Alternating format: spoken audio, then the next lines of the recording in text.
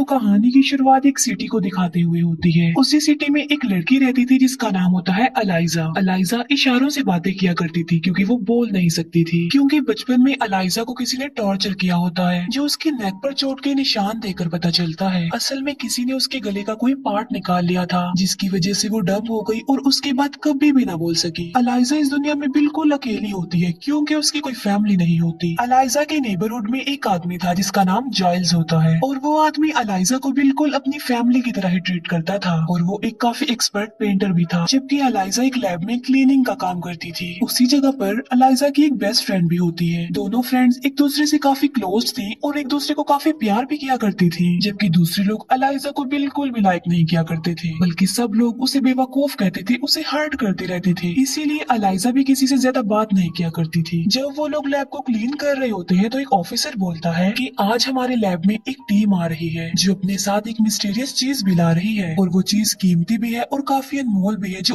आज तक इस लैब में नहीं आई। और थोड़ी ही देर बाद वो टीम वहाँ पर आ जाती है। उस टीम के पास काफी बड़ा वाटर टैंक था और उसके पानी में कोई चीज होती है। अलाइजा जब उसके करीब जाती है तो वो चीज मूव करने लगती है और आवाज पैदा करना शुरू कर देती है। तभी वहाँ पर एक टीम आ जाती है और उसे एक सेफ रूम में ले जाती है। यहाँ पर अलाइजा और उसकी फ्रेंड कुछ भी नहीं समझ पाती। नेक्स्ट डे जब वो लोग सफाई कर रहे होते हैं तो उसी सेफ रूम से आवाजें आती है जहाँ पर वो पानी वाली चीज को रखा गया था। उसी रूम से एक आदमी बाहर आता है जो कर्नल था और वो काफी सेल्फिश था और वो कर्नल इस पूरे प्रोजेक्ट का लीडर होता है। कर्नल के हाथ से खून आ रहा था और उसे इतनी पेन होती है कि वो घुटनों के बल बैठ जाता है। तभी वहाँ पर एक टीम आती है जो कर्नल को अपने साथ ले जाती है। फिर अलाइजा और उसकी फ्रेंड को कहा जाता है कि उस रूम को क्लीन किया जाए। उस रूम में जब ये जाते हैं तो वहाँ पर खून पड़ा होता है और किसी की तो कटी हुई उंगलियां भी पड़ी होती है और ये कटी हुई उंगलियां उस कर्नल की थी जिसे शायद उस चीज ने मारा होगा जिसको यहाँ पर लाया गया। अलाइजा उन उंगलियों को एक पैकेट में रख देती है जबकि अलाइजा की फ्रेंड किसी को बुलाने चली जाती है। तभी अलाइजा देखती है कि वहाँ पर एक काफी बड़ा वाटर टैंक है जो कि ग्लास से बना हुआ है और जब वो उसके करीब आती है तो वहाँ पर एक अजीब सा क्रिएचर होता है जिसके इंसानों की तरह ही दो हाथ और दो पाँव थे। अलाइजा ग्लास पर हाथ रखती है और वो क्रिएचर भी वहीं पर हाथ रख देता है अपना। तभी वहाँ पर अलाइजा की फ्रेंड और एक आदमी आ जाता है और वो क्रिएचर पानी में पीछे हट जाता है। अलाइजा को पता चल चुका था कि आखिर उस लैब में वो क्या चीज है, इसीलिए नेक्स्ट डे वो लंच टाइम पर उसी जगह पर जाती है। वहाँ पर एक काफी बड़ा पूल होता है और वो क्रिएचर उस पानी के अंदर था। अलाइजा पूल की वॉल पर बैठ जाती है और वो अपने साथ एक अंडा भी लाई होती है। वो उस अंडे पर स्पून मारती है और आवाज पैदा करती है। वो आवाज सुनकर क्रिएचर पानी से बाहर आ जाता है। ये देखकर अलाइजा अंडे का छिलका रिमूव करती है और वो अंडा वो उस क्रिएचर को अपने हाथ से देना चाहती थी, लेकिन वो क्रिएचर अलाइजा से डर रहा होता है। इसी वजह से वो अलाइजा से अंडा नहीं लेता। तब अलाइजा उस अंडे को वॉल पर रख देती है और वो क्रिएचर अंडे को लेकर पानी में चला जाता है और इसके बाद अलाइजा भी वहाँ से बाहर चली जाती है। फिर अलाइजा और उसकी फ्रेंड को वो सेल्फिश कर्नल बुलवाता है और ये वही कर्नल होता है जिसकी उंगलियां उस क्रिएचर ने काट दी थी। वो उनसे कहता है कि तुम्हारी ड्यूटी सिर्फ उस लैब को क्लीन करना है और लैब को क्लीन करने के बाद तुम लोग वहाँ पर नहीं रुकोगे क्योंकि वहाँ पर जो क्रिएचर है वो काफी बुरा भी है और काफी गंदा भी है और उसे हम काफी गंदे कीचड़ से उठाकर यहाँ पर लाए हैं और पूरे रास्ते हम एक दूसरे के दुश्मन ही बने रहे, इसीलिए तुम लोग भी उस क्रिएचर से दूर ही रहोगे। मगर अलाइजा उसकी बात नहीं मानती। वो अगले दिन फिर लंच टाइम पर वहाँ जाती है और आज वो अपने साथ एक म्यूजिक सिस्टम भी लाई थी आवाज पैदा करने के लिए। वो म्यूजिक प्ले कर देती है, साथ साथ आज भी वो दीवार पर एक अंडा रख देती है। ऐसा कर लेने के बाद वो खुद भी अपना लंच लेती है। वो क्रिएचर पानी से बाहर आता है और वो भी म्यूजिक सुनने लगता है। तो अलाइजा ने उसके लिए जो अंडा रखा होता है वो उसे भी खा लेता है। असल में वो दोनों एक दूसरे से इशारों में बातें करने लगे थे और वक्त के साथ साथ ये सिलसिला बढ़ता जाता है और फिर वो दोनों दोस्त बन जाते हैं। अलाइजा उसकी फ्रेंडशिप से काफी खुश होती है क्योंकि वो इस दुनिया में बिल्कुल अकेली थी और दो लोगों के अलावा उसका इस दुनिया में कोई भी नहीं था, एक उसका नेबर जाइल्स और एक उसकी फ्रेंड। और वो इस बात से खुश होती है कि अब उसे उसका तीसरा दोस्त भी मिल गया है। अलाइजा को इस बात से कोई फर्क नहीं पड़ता कि उसका ये तीसरा दोस्त क्रीपी है और एक क्रिएचर है, बल्कि वो तो उसे अपना दोस्त बनाकर काफी खुश होती है।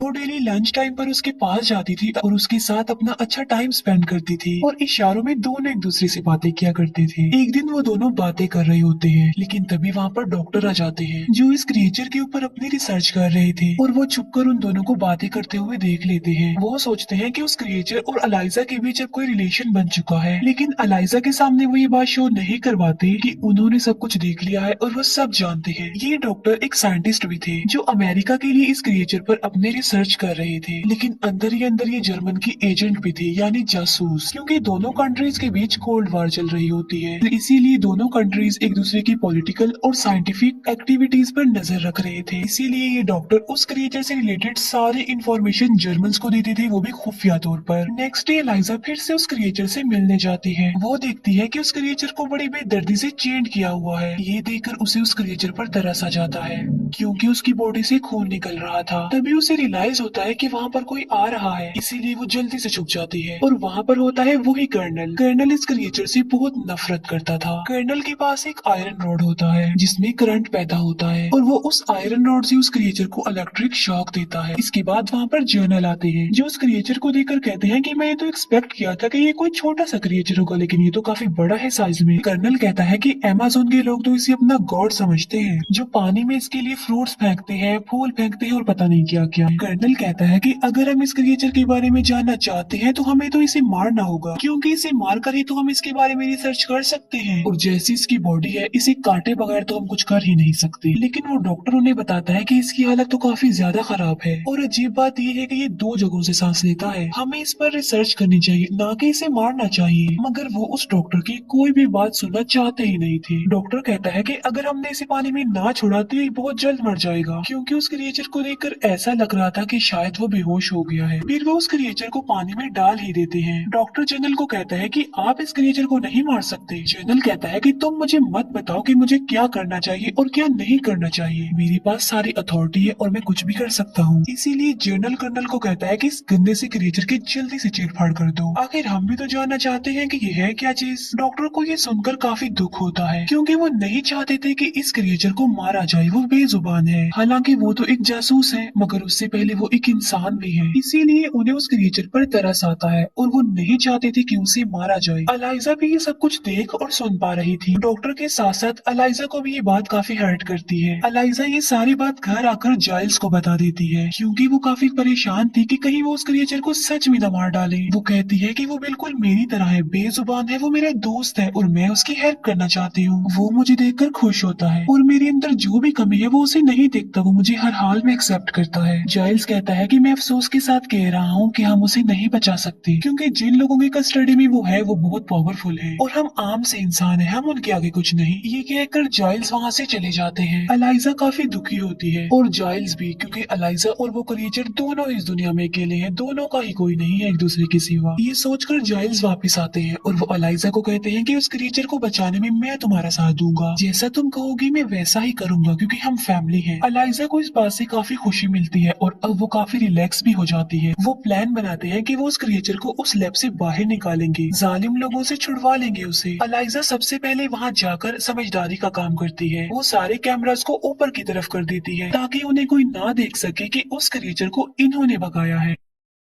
फिर वो एक कार्ट में बहुत सारे टॉवल्स रख देती है। फिर वो उस क्रिएचर के पास जाती है, मगर उसे तो चेंट किया हुआ था और इन चेन्स को खोलना तो इम्पॉसिबल था। तभी वहाँ पर वो डॉक्टर आ जाते हैं और अलाइजा उन्हें देखकर घबरा जाती है, लेकिन डॉक्टर तो खुद ये चाहते थे कि वो क्रिएचर जिंदा रहे, इसीलिए वो उन लॉक्स की चाबी अलाइजा को देता है। अलाइजा उस क्रिएचर के लॉक्स खोल देती है। ये क्रिएचर फीलिंग्स को समझता था और काफी इंटेलिजेंट भी था। अलाइजा उस क्रिएचर को उस कार्ट में रखती है और टनल के जरिए वहाँ से बाहर आने लगती है। अलाइजा के फ्रेंड को पता चल जाता है कि अलाइजा किस मिशन में है, इसीलिए वो कार्ट के आगे आकर खड़ी हो जाती है और अलाइजा को कहती है कि तुम ऐसा नहीं करोगी। लेकिन अलाइजा उसे समझाने की कोशिश करती है कि अगर हमने इसको यहाँ पर छोड़ दिया तो ये जालिम लोग इसे मार डालेंगे। ये सुनकर अलाइजा की फ्रेंड भी उसका साथ देने पर एग्री हो जाती है और वो आगे बढ़ना शुरू कर देते हैं। बाहर जाइल्स अंदर आने की कोशिश कर रहे होते हैं, लेकिन गार्ड उन्हें अंदर जाने नहीं देता। गार्ड को लग रहा था कि उनका कार्ड फेक है, लेकिन डॉक्टर यहाँ पर भी उनकी हेल्प करते हैं। वो उस गार्ड को बेहोश कर देते हैं और आखिरकार ये लोग उस क्रिएचर को वहाँ से निकालने में कामयाब हो जाते हैं। लेकिन यहाँ पर कर्नल को शक हो जाता है कि गेट पर जरूर कुछ न कुछ हो रहा है, लेकिन जब वो गेट पर आता है तो वो सब वहाँ से जा चुके थे। अलाइजा उसे अपने घर ले आती है और उसे बाथ टब में रखती है, क्योंकि उस क्रिएचर की जिंदगी पानी है और वो पानी के बगैर सरवाइव नहीं कर सकता। अलाइजा उस क्रिएचर को अपने दोस्त को पाकर काफी खुश होती है। वो डिसाइड करती है कि वो 10 तारीख को उस क्रिएचर को रिवर में छोड़ आएगी, क्योंकि बारिश होने के चांसेस थे। बारिश की वजह से ये क्रिएचर अपने अपनी मंजिल अपने समंदर तक चला जाएगा। नेक्स्ट डे एलाइजा काम पर जाती है ताकि किसी को ये शक ना हो कि उस क्रिएचर को एलाइजा ने भगा दिया है। घर में जाइल्स उस क्रिएचर के पास होते हैं और उसका ख्याल रख रहे होते हैं, लेकिन इसी दौरान उनकी आंख लग जाती है। क्रिएचर अपने बाथटब से बाहर आ जाता है। वो क्रिएचर उनकी बिल्ली को मार डालता है। जाइल्स देखता है कि वो क्रिएचर उनकी बिल्ली को खा रहा है। जाइल्स उसे ऐसा करने से मना करते हैं, लेकिन वो वहाँ से भाग जाता है, लेकिन वो जाइल्स के हाथ को इंजर्ड कर देता है। एलाइजा जब घर वापस आती है तो वो देखती है कि वो क्रिएचर वहाँ पर नहीं है। जाइल्स कहते हैं कि वो डर गया था, उसका कोई भी कसूर नहीं है, जाओ और उसे वापस ले आओ। एलाइजा ऐसा ही करती है। वो बाहर जाकर कहीं से उसे ढूंढकर घर पर ले आती है दोबारा। अब क्योंकि वो क्रिएचर फीलिंग्स रखता था तो घर आकर उसे अपने किए पर शर्मिंदगी होती है। वो जाइल्स के सर पर हाथ रखता है और इशारों से जाइल्स को कहता है कि तुम भी मेरे सर पर हाथ रखो। जाइल्स ऐसा ही करते हैं, वो भी उसके सर पर हाथ रख लेते हैं। नेक्स्ट डे जाइल्स देखते हैं कि उनकी चोट बिल्कुल ठीक हो गई है और जाइल्स इस बात से काफी खुश हो जाते हैं कि उनके सर पर अब बाल भी आ गए हैं। वक्त के साथ साथ एलाइजा और उस क्रिएचर की दोस्ती प्यार में बदल जाती है। वो दोनों एक दूसरे से बहुत प्यार करने लगे थे। ये दोनों एक दूसरे से काफी क्लोज थे, एक दूसरे के काफी करीब आ चुके थे। फिर हम देखते हैं कि लैब में जनरल कर्नल को वार्न करता है कि अगर तुमने उस क्रिएचर को ना ढूंढा तो तुम्हारी प्रोफेशनल और पर्सनल लाइफ दोनों डिस्ट्रॉय हो जाएंगी। ये बात सोचकर कर्नल काफी परेशान हो जाता है। कर्नल को डॉक्टर पे शक होता है कि उसी ने क्रिएचर को भगाया होगा, क्योंकि वो जानता था कि डॉक्टर ये नहीं चाहता कि उस क्रिएचर को मारा जाए। इसीलिए वो कर्नल डॉक्टर के घर के पास जाता है।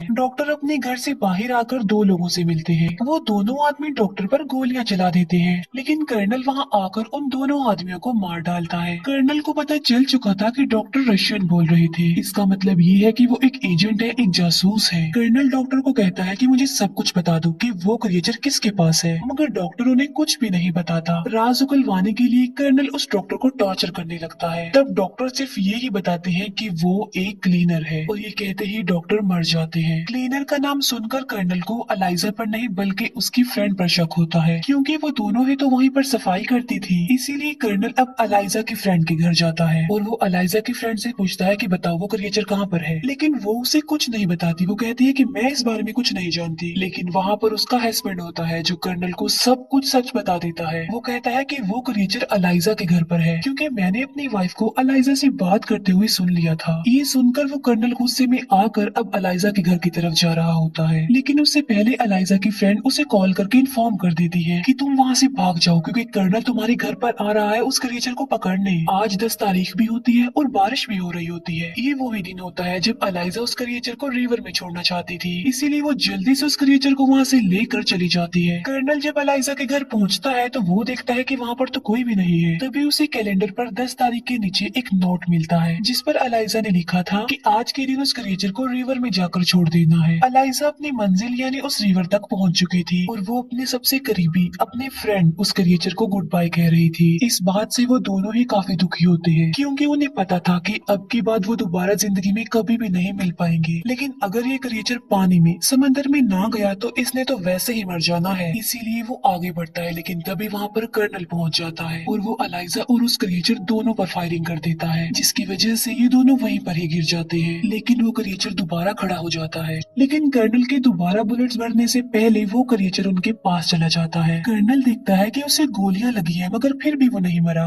फिर वो क्रिएचर कर्नल को मार डालता है। फिर वो एलाइजा को गोद में उठाता है और समंदर की बहुत ज्यादा गहराई में ले जाता है और एलाइजा की गर्दन पर जो बचपन के चोट के निशान थे वो वहाँ पर हाथ लगाता है। वो निशान अब गिल्स बन जाते हैं, जिससे कोई भी पानी में सांस ले सकता है और अब एलाइजा भी पानी में सांस ले पा रही थी। और फिर एलाइजा भी जिंदा हो जाती है, जो कि गोलियों से मर चुकी थी। असल में ये क्रिएचर बहुत सारी पावर्स का मालिक था और इन पावर्स की वजह से ही एलाइजा बच गई। ये दोनों एक दूसरे को गले लग जाते हैं और ये क्रिएचर एलाइजा को पानी में एक नई जिंदगी दे देता है। दोनों को एक दूसरे का साथ और प्यार मिल जाता है। इसके बाद ये दोनों हमेशा के लिए उस समंदर की गहराई में रह जाते हैं। जाइल्स भी एलाइजा के लिए काफी खुश होता है कि दोनों को एक दूसरे का साथी मिल गया। और बस इसी के साथ ये मूवी यहीं पर एंड हो जाती है। Thank you for watching.